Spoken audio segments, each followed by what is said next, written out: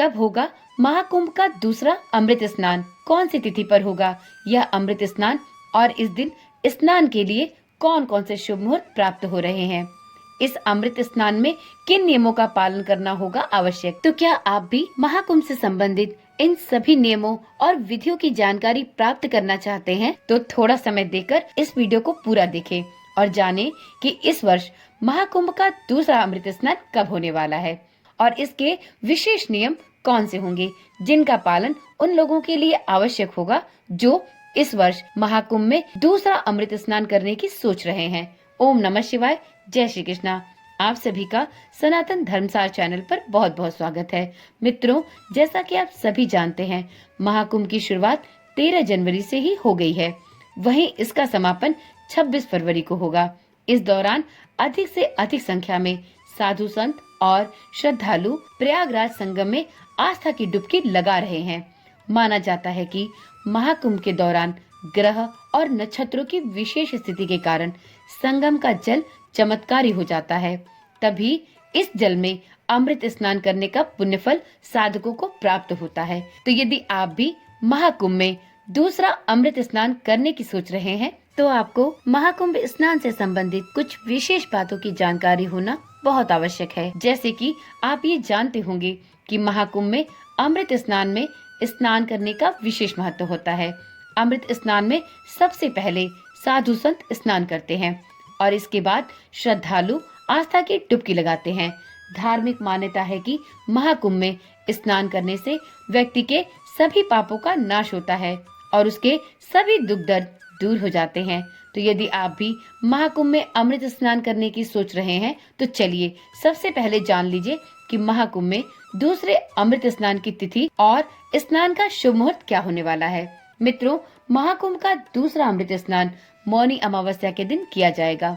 पंचांग के अनुसार माघ माह के कृष्ण पक्ष की अमावस्या तिथि की शुरुआत 28 जनवरी को शाम को 7:35 से होगी और इस तिथि का समापन 29 जनवरी को शाम 6:05 पर होगा। ऐसे में उदया तिथि को देखते हुए मौनी अमावस्या का पावन पर्व 29 जनवरी को मनाया जाएगा। अब जानते हैं मौनी अमावस्या के दिन अमृत स्नान के लिए कौन कौन से शुभ मुहूर्त प्राप्त हो रहे हैं। तो मित्रों, पहला अमृत स्नान का शुभ मुहूर्त होगा ब्रह्म मुहूर्त में सुबह 5:25 से सुबह के 6:18 तक। वहीं इस दिन विजय मुहूर्त में आप अमृत स्नान कर सकते हैं दोपहर के 2:22 से दोपहर के ही 3:05 तक। इस दिन गोधली मुहूर्त होगा शाम को 5:55 से शाम के 6:22 तक। मित्रों, इस दिन सूर्योदय का समय है सुबह 7:11 पर और वहीं इस दिन सूर्यास्त होगा शाम को 5:58 पर। मौनी अमावस्या के दिन चंद्रोदय का समय है शाम को 5:58 पर। तो देखिए मित्रों, यदि आप भी इस महाकुंभ में जाकर दूसरे अमृत स्नान का लाभ लेना चाहते हैं तो आप इन विशेष शुभ मुहूर्तों में अमृत स्नान का लाभ ले सकते हैं। मित्रों, वीडियो में चलिए अब जान लेते हैं कि अमृत स्नान करने वालों को किन नियमों का पालन विशेष रूप से करना चाहिए, अन्यथा उन्हें इस अमृत स्नान का लाभ नहीं प्राप्त होता। तो मित्रों, सबसे पहले तो ये जानिए कि आपको महाकुंभ में स्नान के दौरान सभी नियमों का पालन करना बहुत आवश्यक है। यदि आप इन नियमों का पालन नहीं करते हैं तो आपको अमृत स्नान के शुभ फलों की प्राप्ति नहीं होती। ऐसे में स्नान करने से पहले ही इसके सभी नियमों के बारे में विशेष जानकारी प्राप्त कर लेनी चाहिए, जिससे आपका अमृत स्नान व्यर्थ ना जाने पाए। मित्रों, अमृत स्नान के दौरान कई लोग साबुन और शैम्पू का प्रयोग करना चाहते हैं, परंतु यह गलत है। यदि आप अमृत स्नान की सोच रहे हैं तो आपको इस स्नान के लिए साबुन और शैम्पू का प्रयोग कदापि नहीं करना चाहिए। यदि आप अमृत स्नान में इन वस्तुओं का प्रयोग करते हैं तो आप अमृत स्नान के जल को अशुद्ध करते हैं, तो इसलिए अमृत स्नान के समय इन वस्तुओं का प्रयोग करने से बचें।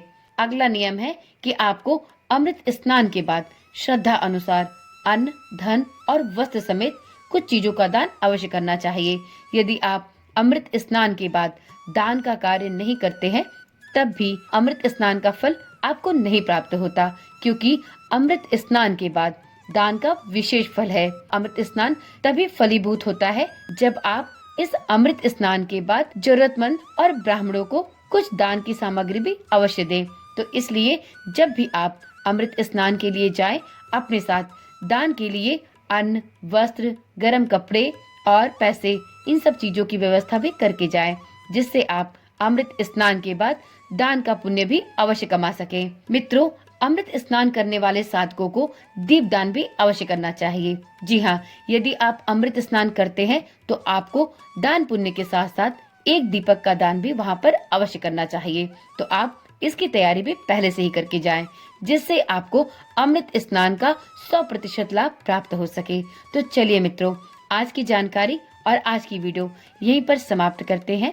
यदि आप चैनल पर पहली बार आए हैं या आपने अभी तक इस चैनल को सब्सक्राइब नहीं किया है, तो इसी प्रकार की जानकारी वाली वीडियोस देखने के लिए इस चैनल को अभी से सब्सक्राइब कर ले और साथ में नोटिफिकेशन बेल को भी जरूर ऑन कर ले, जिससे इस चैनल पर डाली जाने वाली सभी वीडियोस की सूचना आपके पास नियमित रूप से और सबसे पहले पहुंचती रहे। ओम नमः शिवाय। जय श्री कृष्णा। राधे राधे।